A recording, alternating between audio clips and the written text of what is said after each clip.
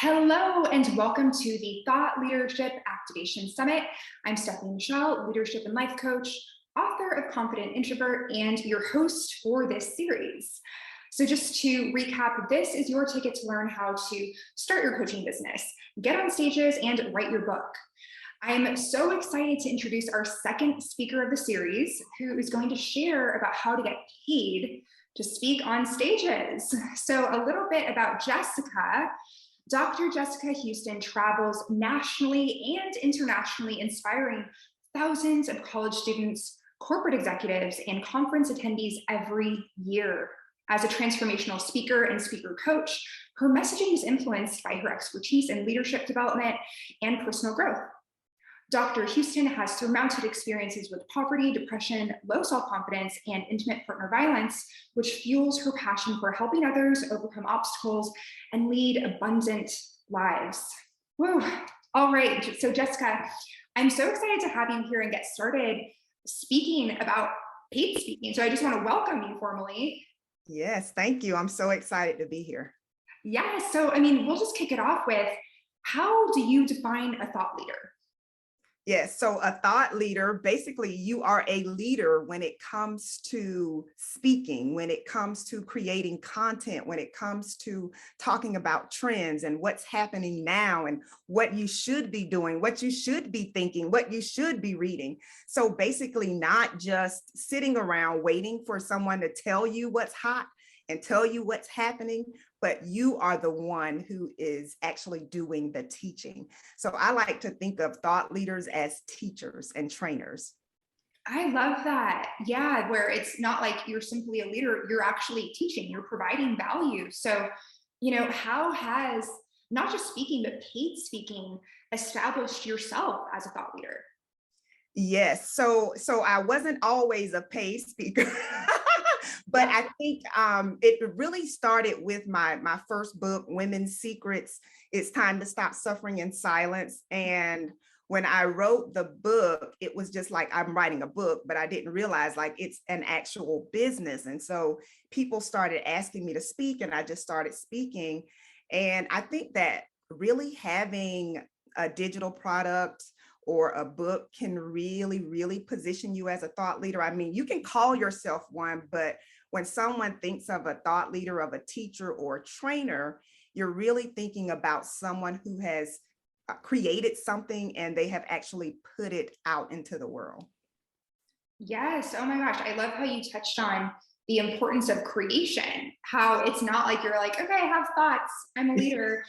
It's something that you actively show versus just tell. So, okay, that's like a nugget of wisdom. And it takes us to this next question of, let's say that someone watching right now is thinking, oh my gosh, I want to be a paid speaker. How do I do it? What's the first step that someone can take to begin that journey if they've, let's say, maybe never spoken before publicly?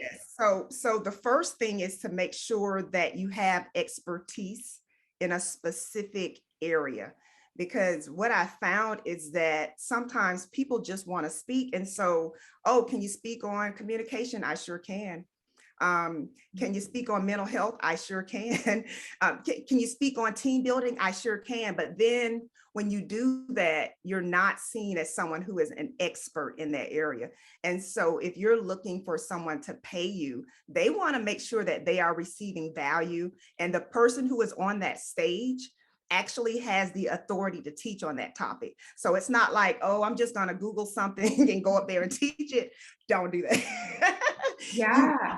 You want to be an actual expert in that area. And then once you get to that expert status, then you can begin to build your brand. And I believe that once you have that expertise, the next thing you want to really focus on is your brand image. Making sure that you have, and maybe we'll get into all of that later, some of the things that you want to have in place. But yeah, just making sure that you have a premium image. This is the thing that I've seen, and it's a little frustrating because event planners, they're going to Google you. And if they Google you and your website looks like you did it, like they're not going to pay you. So it's that kind of thing. Like, do you have a professional headshot, or is it just a picture that your friend took of you and you just threw it up there? So being really intentional about how you present yourself on social media, how your website looks, and just showing that you are an expert, that you are a professional, and that you know your stuff. Yeah. Okay. So I love those insights where it's about, okay, be an expert. And that reminded me of a time when earlier on I was going to be on a radio show talking about, confidence and networking, which is my bread and butter. And then they asked me, they're like, "Oh, I noticed on your website that you do this, you talk to this other topic." And I was like, "Oh yeah, that's a relatively new topic." And then they were like, "Can you talk on that instead?" And being super green, I volunteered. "Oh yeah, let's talk about that." And let's just say it did not go well. That was a learning experience. So I love what you said about being really intentional with branding yourself. And if someone asks, "Well, wait, so you're an expert, let's say in mental health, but can you also speak to love, dating, and relationships?" I mean, maybe you have some opinions on that, but are you an expert? Yes, and so, that is so, a question to ask yourself. Yeah. and how can someone become an expert if, let's say that they're interested in something or passionate about something? What is a key way, or maybe you can talk about your own journey? How have you established your expertise? Mhm. And so a lot of people think it's this big thing, but really it's looking at what you are good at and what people come to you for. So for example, if it's on parenting and you have kids, or a kid and you've raised a kid, or you're raising a kid right now, then hey, you are essentially an expert. But of course you want to read books about the topic. You want to look at what the research says. A lot of times they want to know some statistics. So you do want to be able to answer questions beyond just general questions. So they may say, okay, well, you're a parenting expert. Well, what tip would you give to a single mom who is struggling with her 13-year-old? And you can't be like, well, I don't know. You're not an expert. So I know that sometimes you don't want to turn things down because it's like, well, I just want to get myself out there, but it's really, really easy to get up there and stumble because you're not prepared, because it's not your topic. And so for me, I would rather turn it down and take something that I know I can get on the stage and crush it because I know it. So even if my slides start acting up, I could get me a sticky note, write some notes, and I can at least speak for 20 minutes. But if it's something that you don't know and you're totally dependent upon your slides, then it's not going to be good for you if technology doesn't work in your favor. Yes. Okay. More wisdom where it's like, yeah, the tech could go out. Maybe you're giving a presentation and you have 20 slides with your information on it and they're gone. That's the sign of a professional, when you know it and you're not fazed by it, and the show can go on. So, there's a certain quality of quick-wittedness, resilience, confidence. And what do you think are the main qualities that make someone a great speaker? Let's say that someone's listening and they're wondering, am I cut out to be not just a speaker, but a top tier paid speaker, someone who is regularly paid to come into institutions, come into organizations, and actively speak? So really, when you talk about a great speaker, you have to look at it from several perspectives. One is the skill, and then the other is the authority component. And so when you look at skill, you do, in order to be a paid speaker, you do have to have that skill. And many times you want to get your practice in and make sure that you're confident enough to say what your fee is, or say, hey, what is your budget? If someone asks you what your fee is, so you're not like, so you want to be confident enough to say what that is, but you also want to be positioned to ask for premium rates. And so people who are professionals, people who have been doing this for a while, people who have videos, people who have testimonials, who have a premium website, all of these things, they point to, what, this person, I do need to pay this person. And sometimes event planners will kind of scope you out and see like, can I get this person for free? And this is the other thing. Many times they will have a budget, but if you don't ask, then what are you going to get? Yeah. and so you may be speaking with 5 other speakers and 3 of the speakers are getting paid and 2 aren't. And that does happen, unfortunately. And so it's really up to the speaker to make sure that they are knowing their worth and their value. We talked about this a little bit before recording, but sometimes, let's say there's a totally green, brand new speaker that says, oh, I just have to pay my dues. So I'll take all of these free speaking engagements to, bolster my speaking resume. At what point in time do you say no more free? Or do you say, or if something is free, how do you determine when that point of rising up is and how flexible you are once you make that decision to become a paid speaker? Yes, and so the truth is that even paid speakers speak for free, but it has to be their ideal audience. Maybe they can sell from the stage. Maybe they are individuals who can book them in the future. And this is the thing, even if you speak for free one time and you get testimonials and you get video, if someone in that audience comes up to you and asks you to speak, you can still tell them what your fee is, even if you spoke for free. And so a lot of times what people will do when you're starting out is people will come up to you and say, that's fantastic. Can you come and speak to my team? And you're so excited, like, oh, I got an invitation. Yes. So what I would say instead of saying yes is, okay, well, let's set up a time to chat, get their information, call them, do a consultation, get some more information, find out if they have a budget. Because when you jump in and say yes, you're really already saying, I'm going to accept whatever you offer me. And so you could say something like, well, I would love to, I would need to check my calendar, or I would need to get with my assistant, but please give me your information. And a lot of times what people do is they will speak for free. Someone in the audience will invite them to speak, and then they will speak again for free, but you don't have to do that. Yes. Oh, I love that. And, it reminds me of, so I remember Marie Forleo was, speaking. I went to one of her events and she literally said that she spoke for free for Oprah. So, hey, if you get an opportunity like that, maybe you don't want to hesitate and maybe you want to say yes right away. But if it's not Oprah, then yeah, consider scheduling a meeting and having a thoughtful conversation. Another thing I want to add too is, and it doesn't have to be totally free, because this is the thing, maybe they will take professional photos of you. Maybe they will do a professional video for you. Maybe they will share their email lists with you, share the list of the names and email addresses of all of the attendees. Maybe, again, they will allow you to have a vendor table with your products, with your books. So you can still negotiate, even if you're not getting an upfront fee, so that it's not totally free. Or maybe if it's in another state, they will just pay your airfare and pay for your hotel and your meals. So you don't have to always look at it as it's totally free. You can definitely utilize different avenues.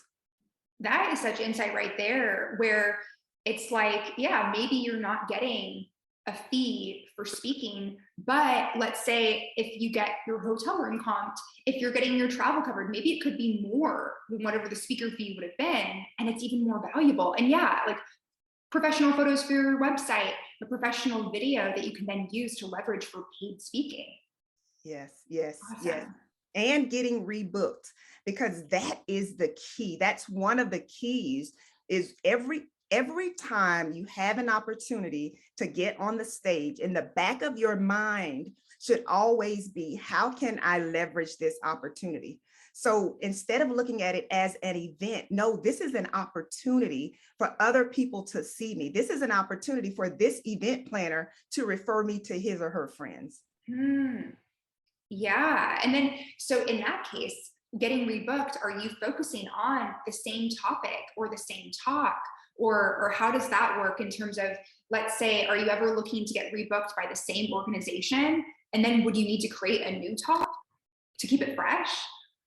So yes, sometimes the same organization will bring you back. And if they do, what you could do is maybe go deeper in that topic, or if it is something different, but it needs to still relate to your expertise. So for example, if it's leadership development, you know, leadership is such a broad topic that you can still speak on a different aspect of leadership, but you don't want to go with something totally different, because most times if they see you speaking, they are expecting something very similar. And many times they don't care if it's the same talk, but what you do want to do is customize that talk.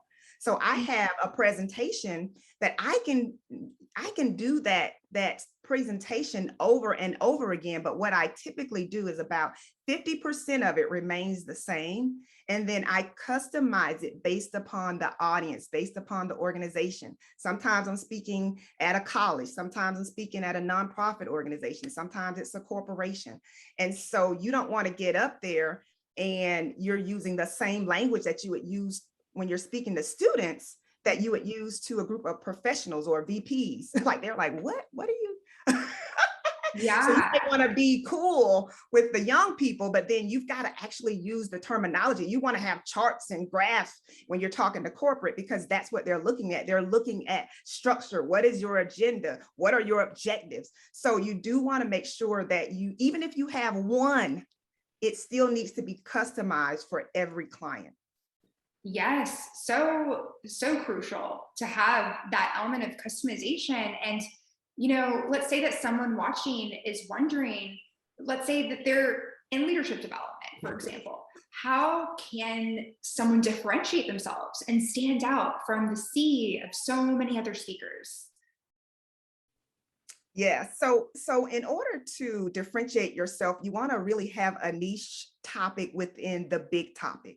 So maybe you just speak to women leaders under 40 or moms who are leaders. So you want to try to come up with something that is very specific, or millennial leaders. Like you got so many things that you can say, this is my focus. Now, if someone else wants you to come in and speak, of course, again, you can customize it.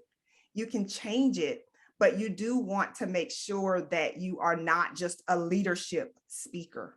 That makes sense. Yeah, so to have that sort of sub expertise, Yes. and it sounds like also to focus on the audience. This is kind of what you brought up a couple of times now, where it's not about being totally, okay, this is what I stand for, where you have blinders on. It's like, no, maybe 50% of the presentation, to your point earlier, is the same as your core, and the other 50% is really flexible. So, I'm wondering, what is something that you wish you knew when you were first starting out? And maybe even a learning experience, something that you learned the hard way that those that are tuning in today don't need to learn the hard way, because you're going to share this. Oh gosh. So let me tell you, because I was so just, I guess, naive, and I would jump on these summits and people would say, build it and they will come. And I tell you, when I found out that was not the truth, I was upset, I was frustrated, I was disappointed, because I put a lot of time, energy, effort into my website. And so I'm like, okay, I did the photos, I did, I'm ready. When are they going to start calling? My phone was not ringing. Like, when are they going to reach out to me? I'm checking my email every hour. Like, what's going on? I realized that I had to take this into my own hands. So if you are new, or if you are an emerging speaker, you cannot sit around and wait for someone to ask you to speak. When I first started out, probably 90% of the speaking engagements were based on me reaching out to the event planner. We call that pitching. So I pitched myself. I sent emails. I would go to Eventbrite. I'm telling you, when I say I was hustling, I would go to Eventbrite, because I started out with women's empowerment. So I would just look up women's empowerment conference. I would message them like, hey, I see you're having this conference. I would just do an entire pitch, somehow get people on the phone and lock it down. And I even got paid a couple of times. And I was surprised because I thought if I reach out to them, they're not going to pay me. But they were like, well, what is your fee? So you just never know. I got connected to television producers, radio show hosts just by speaking, because when you're on that stage, all eyes are on you. And so many people want to connect with you. So I always make sure that I'm leveraging those opportunities. Amazing. So truly advocating for yourself. This is not a time to put up a page on your website that says you're a speaker and sit back and wait, crickets like you experienced when you tried that. So yeah, that's amazing that okay, love this. So, I'm curious. So there's that active outreach, but are there any other ways that you've gotten the word out about your paid public speaking that's maybe a trick that's been the most effective? So yes, so I will post anytime I'm speaking. I will post pictures of me speaking. I would say, I'm so excited. If you go to my page, you'll see I actually do this because you want people to know that you are speaking and they're like, oh, she's a speaker. And this is the other thing. Make sure that people know that you are a speaker. So if you want to consider yourself a speaker, add that to your tagline on LinkedIn, on Instagram. Make sure you have speaker. I have transformational speaker. Maybe you are an inspirational speaker. Just make sure that they know that you are a speaker. If you have flyers made, post the flyer. It shows that you are a speaker. Another thing that I do is I may post videos so that they know I'm a speaker. And then there are other companies that you can go to. So Google, I'm telling you, Google is your best friend when it comes to outreach. But there are also organizations that will do the work for you, but you do have to pay. So something like eSpeakers, they have a platform that you can go in, you can look at speaking opportunities, you can submit proposals. So it's all right there in that same platform. Another one is like Innovation Women that I'm a part of. It's $100 per year, but they give you a ton of speaking opportunities and you just go through them and start to apply and submit your proposals. Amazing tips. Oh my gosh, so good. So, is there a special process? You've shared so many nuggets of wisdom, but let's say when it comes to the clients that you work with, to propel them to the next level in their speaking, whatever that may be, what is, let's say, a special process that you have walked a client through for success? So you can feel free to share a case study or a process that stands on its own. Yeah, so the main thing is, and you know this, is first of all, being confident. Because when you are confident, your words just flow. You're gonna be a little nervous before every speaking engagement. I've been doing this a long time and I still get nervous, but once I hit the stage, I'm okay. So you wanna be prepared. If you are prepared, you are more confident. You want to be authentic. You want to be conversational. So the worst thing you can do, I actually did a reel on this, but the worst thing you can do is get up there and read. Like they didn't come to see you read. So I've had clients who they want to stand up there and read their paper or look at their phone. I'm like, no. You have to practice. What I did when I first started, and this is what I recommend my clients do, 4 times minimum from start to finish. What is your opening? So if you got to read your own bio, introducing Jessica Houston, and then you jump out, and how are you going to start? So you always want to have a powerful opening. So how are you going to start? Are you going to start with the question? Are you going to utilize music? Are you going to have a special quote? Are you going to have them say an affirmation? And these are good tips, y'all. So how are you going to open? It's so important that you grab their attention, because if you come in like, hello, my name is Jessica, I'm so excited to be here, they're tuned out, they're on their phones, they're on their laptops. So if you want to really stand out, if you want to be invited back, you have to be engaging. You have to be prepared. You have to have your 3 to 5 strategies, valuable strategies that they can use. That's what gets them to want to bring you back.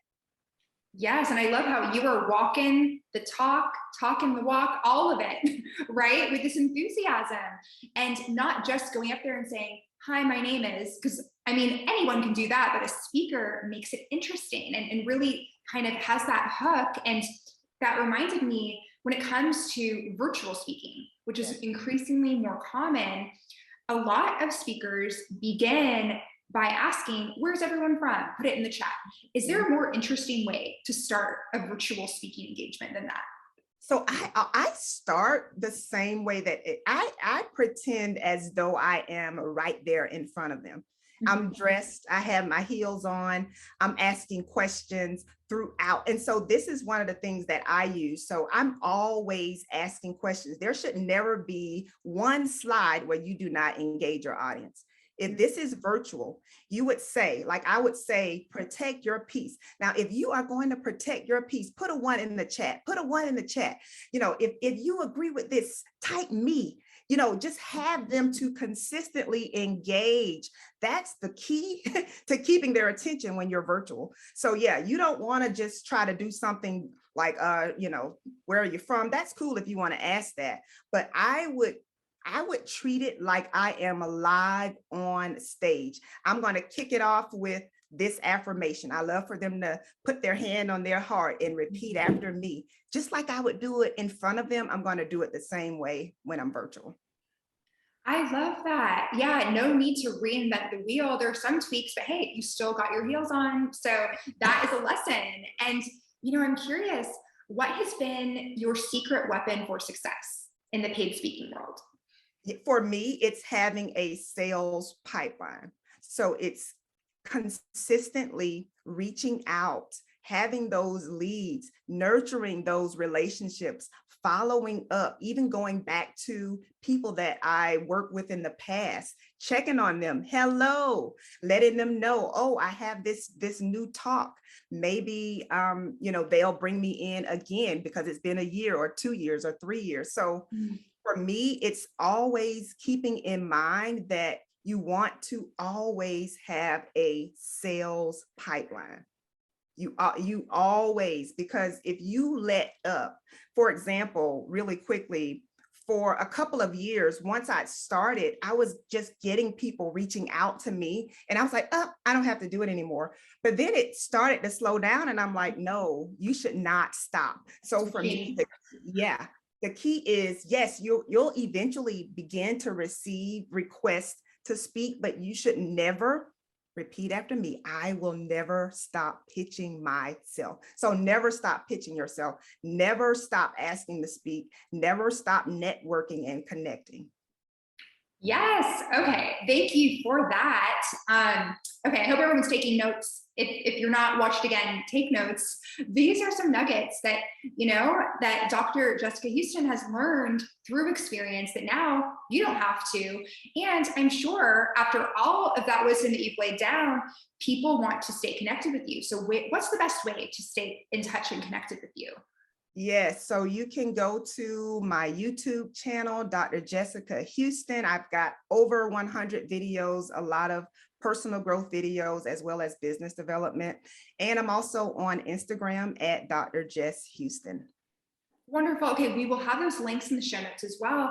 And I'm so pleased to announce that you have a free gift for everyone watching right now. So yeah, feel free, let us know what is this generous free gift? Yes, so it is the Accelerating Your Success program, which is comprised of 2 courses. The first one is Accelerating Your Success, and the second course is the Ultimate Breakthrough Strategy. So they are both really, really good. I cover mindset, I cover time management, how to grow your business, what you should be focusing on, and it comes with worksheets as well. So I know that everyone watching would greatly benefit from those 2, and they are absolutely free. Oh my goodness, that is above and beyond. So where can people find this free gift? Yes, so I'll be sure to give you the link because it's actually attached to my website. So when there's a backslash, and I don't want to get people puzzled. Okay. But Okay, I'll be perfect. sure to make sure that they have the link. I'll send it to you. Yes. Okay, awesome. So that will be in the show notes. And I would just like to say again, Dr. Jessica Houston, thank you so much for everything that you've shared, hands on the heart. And thank you everyone at home for watching. So this is the second partner series, part 1, how to start your coaching business, part 2, how to get on stages and get paid for it with Dr. Jessica Houston. Then next up is part 3, how to write your book. So thank you again, Dr. Jessica Houston. Thank you for sharing all of your nuggets of wisdom. And we look forward to, all those links that you shared so generously. Thank you.